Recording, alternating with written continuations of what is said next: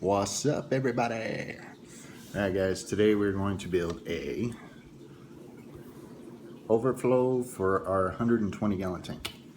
This is 2-inch pipe.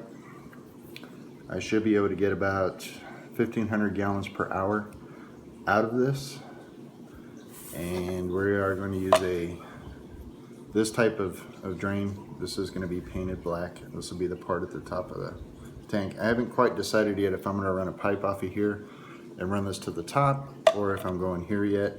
I'm still investigating. Reason being is, you know, they don't want you using S-traps for your plumbing, like on your bathtub, on your drains, like your sinks, your toilets. The reason being is if you have this short of a pipe, you're going to create a siphon that goes through here. So I'm still investigating this to see if I can use this, you know, coupled with something like this, and use this as my overflow, or if I'm going to have to drop this all the way down and run pipe, obviously longer. So as I'm investigating, I'll let you know as we go through this video. So right now, that's what we're working on. The project is on.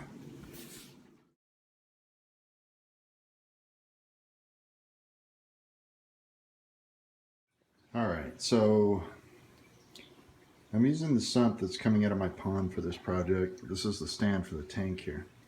What I'm trying to figure out right now is I have several of these tanks. This is the exact same tank that I have in the sump in the pond. So these are acrylic 25 gallons. So right now I'm trying to figure out if this is going to fit in here. Look at that, it does. So we can get it through the door sideways. Once I get it through the door, I'll be able to lay it flat. So we're going to have this thing sitting down there on the bottom. That's where we're at. Alright, so we get the sump out here. Just pulling everything apart right now, so you can see. Got everything kind of taken apart. I'm going to go ahead and take this and put it inside. Take the air stone out of there. This will go back into the pond. Just help with circulation throughout the winter. I don't feed them a lot through the winter, so I have all winter to build another sump for this thing. So I'm going to go ahead and pull this out. I'm going to use some of the ceramic biomedia that's in here, and I've got some, you know, just some balls that are in here too. So I'm going to pull these out, and we'll go ahead and use these in here as well. But I'm going to take some of this other stuff out. You know, stuff like this, it's just not very attractive. And I'm going to use some lava rock for the biomedia in this thing. So I'm just taking her apart right now. She's pretty dirty, so I'm getting a lot of algae coming out of this and going up into this. So I'm going to pull this out, get it drained, and then stuff it in there, and we'll come back to you here in a minute when we get it straightened out. Alright, so we finally got this thing inside the stand. Had to take out the shelf that was sitting there, didn't fit. So got this in here. We're going to go ahead and add the bio balls on this side. And actually I'm going to wait. I'm going to add the, sorry, I'm out of breath. I'm going to add the lava rock on this side with the oh man, I'm drawing a blank. I'm out of breath. With the media that's in there on the right, and then I'll go ahead and add the bio balls back on top of there. As you can see, I've got media bags. These things are full of carbon, different materials, but mostly carbon and ceramic. That's what I was trying to get out, was ceramic balls or media on the other side. So these tubes here, they just fit inside this whole slat, so that'll fill up. So I'm going to go ahead and add the lava rock to this side, and the plate that goes over this is just, you know, drip system. So all that will be dripping over the top of this, exiting out of the slats that you see there on the bottom. It's got a little gap on the bottom, so it releases the water and it'll fill up inside this chamber. So collect the water in this chamber, pump it back up, and I go out through that tube, and then it'll exit the hole way up there. So it'll exit there, and then come out on that side through that hole there. So that's where we're at right now. Got the sump in there. This thing I've used, it's pumped about 2,200 gallons per hour. I know it seems like a lot, but it was in a pond. This is only a 120 gallon tank, so we're not going to be quite doing that much. So anyway, so far this is what we've got. You can build a system like this out of totes or even aquarium, you know, just divide it. With this system, the whole thing is just dripping over all of it. You can build a sump where you would have all your carbon in one chamber. It would overflow into your ceramic media or bio balls or whatever you want to use there, and then exit out of the bottom and then come out and then pump back up. But I'll have my heater and my pump over here, so we'll heat the water before it comes back up, and that's where we're at. Guys, as far as the lava rock that I used in this sump, this is just for your grill. You can find it at Lowe's, Home Depot, your local hardware store. As long as they've got stuff for grills, you can see it's pretty porous, so just make sure you clean it out before you stick it in your tank. Pretty porous stuff, really good. See nice big fat holes in that stuff, so your bacteria will sit in there. So we're going to throw in the bio balls on top of that now that it's cleaned off. And we're going to start building this overflow. Okay, so before I went ahead and plumbed the bottom of this, I took and painted this. You can see the paint's still very wet. So went ahead and painted that. A little tip of that part there. Everything's nice and black, so it'll match the background of my tank. The rest of this doesn't matter. You're not going to see it. It sits behind the tank. So just wanted to paint the inside parts. So that's where we're at. Alright, let's talk about a wave maker real quick. Using this guy inside the sump, just going to set it in here. I'm going to use this to get flow circulation through this deal here, through the sump itself. So I have little cracks and crevices and stuff. I don't want water stagnant or not moving, not being filtered. So we're going to use this guy here just to push water around this, circulate it, so I don't get any standing water, any sitting water rather, inside the sump. Next thing we did is connected our pump inside here. Don't have any water in here yet. That is connected, runs up through the hole back there, and had a little bit of an issue because when I was connecting this hose, it was facing upward. You don't want it facing upward.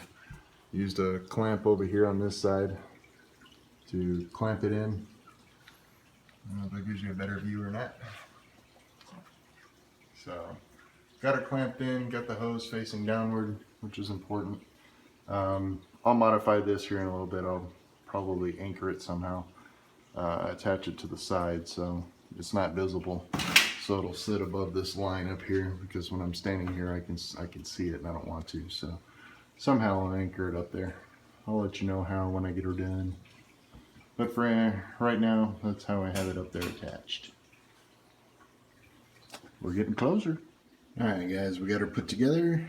Right now I just got that pipe going through the back side there. I just put that pipe that was in the center back in just because, whatever. This just easily pulls right out, so I can pop it out and get my poly down in there. So this system, around polyurethane, you know, a sheet that'll go underneath the pipe that's coming into this. Obviously this will go through all the media we talked about, come back out, go through my pump here, shoot out, go back to the top. Talk about the way I plumb this. This goes up through the hole there. It's plumbed through. You have to go back here to see. So it comes out there, goes up. I've got my tall pipe, whoa, my ventilation at the top there. I am going to put a plug in that to silence it. And then you can see our T. Then on the other side, you can see the U shape where we're bringing the water out of the tank. So, got our little cap on there. Now it's hard to see because you're black on black and you probably can't hear me very well. But you get this tank filled up. After I get the substrate and everything in it, I will run it for you and let you see how this is working. Anyway guys, got her put together for now. Alright guys, I got my little check valve in here. This is what I'm going to use to suck the air out of the top to go ahead and get the siphon, or not the siphon, but the this thing started, the overflow started. I use this end, suck the air out, use a little, make sure you have a metal spring clamp that you're using. After you sucked all the air out, just pinch this off, put the clamp on the end, you're straight. You can use even like really those things that you use to bind papers with, those black things, I forget what the heck they're called. Another thing, I've seen guys spend a lot of money, you know, 15-20 bucks to silence their overflow systems. This is obviously my vent for my overflow. Guys, take one of these, drill a hole in it. I think this is like a 3/8 hole, something like that. Drill a hole in it, flip it upside down, put it in there. It's just as quiet as anything I've ever used. Don't go out there and spend all that money. If you want it quieter, cool, man, you can find another way to do it. That's awesome. But that right there has worked for me before, and I've never had an issue with it. So there we go, 98 cents instead of 15 bucks, whatever. All right, so here we are. Everything is in place. I'm gonna get the substrate in here. It's gonna be a sand bottom, and we'll kick this thing on and show you how it works. It's a pretty cool little deal. This here I can just pop off if I need to get any debris or anything out. You can see it's got little grooves in it all the way around to pull the water in. This sits almost flush, flush with the pipe that's inside, and we're good. I don't think we're gonna have water any higher than probably about right there or so. So we're all set, guys. 2-inch overflow is done, and I'll show you how it works when I get this thing filled up. For all you guys that are using an existing sump, one that you already have running up and going, you know, I'm doing this overnight, so I'm gonna go ahead and run my pumps. Make sure that I don't kill my bacteria that I've already got in my sump. You know, you guys saw my media, I've used some, and then I have the lava rock, which is new to the sump, so I don't want to kill the bacteria that's in there, so I'm just going to run my pump while I'm working on my other stuff. And you guys can see that wave maker moving that water around. There you go. What's up? Alright, this thing's working. We're good to go. It's been 3 days for me and like instantly for you, so I'm a little bit excited. Had to change the pump out. Went with a different pump, a little bit bigger. I'm probably going to add another one and run it up this other side. Sorry, I got water and stuff everywhere, but I'll show you what's going on up here. See that there? We're working. Kept the water level exactly where I wanted it. Kept that pretty quiet. Got water coming in over here. Had to change the hose out to fit the other pump. But it works, kids. We're good to go. We'll add a heater here shortly. Get the lights and the hood up in this thing. And we're rocking. Anyway, if I helped you out at all, don't forget, subscribe. Hit the button down there. And I really appreciate you guys watching. Hope this helps you out for all you guys that are doing your overflows. This is a super short one. Worked out great though. Just keeping all the water exactly where I want it. So we'll add a little bit bigger pump to this. Maybe another pump, I'm not sure. Still gonna work on that, but here we are. Thanks for watching.